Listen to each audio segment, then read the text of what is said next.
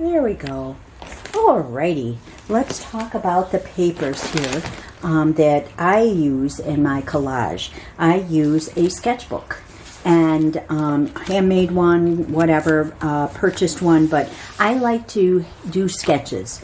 And not that sometimes I do mimic the ones that I make the sketches for in the sketchbook here, but what I do use is I use glue sticks in my sketchbooks.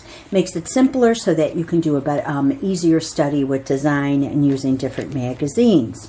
As you can see here, there's just some simple ones that are going on with composition. So having a sketchbook is great. You do collage sketching in it so that you practice your judgment and decision making. This is a mixed media paper. It's kind of like a drawing paper. It's a little thinner than watercolor. I use that to make solid colors and do some other fun things with the paper. This is the Kansan drawing paper. I use this 140 pounds to do my Takedown Tuesdays, and some works that are, this long or in sections, and I build off of there. If I go larger than, I don't know, a 12 by 12 or 12 by 14, I like to go to a heavier weight watercolor paper if I'm going to work on the surface or the substrate of watercolor paper. I use a lot of other things, the canvas and wood panels too. So some papers. Here's some papers. Here's just a bag of papers. Unbelievable what you can do. The drawing paper. I have the drawing paper here. It's just white drawing paper. You may want to see if you can find maps. And here's some maps. Get them out of atlases.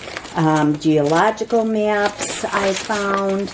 And then there's tracing paper. You can add paint to the surface of that, see what happens. We play along, and I usually supply the tissue paper, and we use that in class. Let's see what other things we got before the wind blows it all away here. I'm looking in my bag, pulling some things out.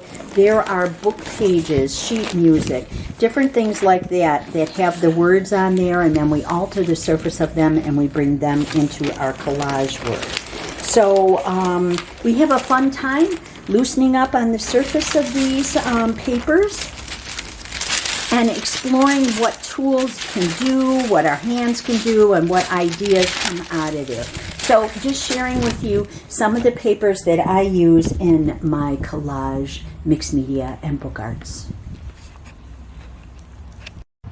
One last paper that's good to bring, and I like to use, is the National Geographic, because it has full photographs in there that we can do some alterations of so that we don't infringe on the copyright. And there's many different materials that we can use to the surface of these to alter them. So this is another paper. I like to bring in a variety. It makes it exciting for us as the collage artists, and it makes it exciting for the viewer who is looking at our artwork.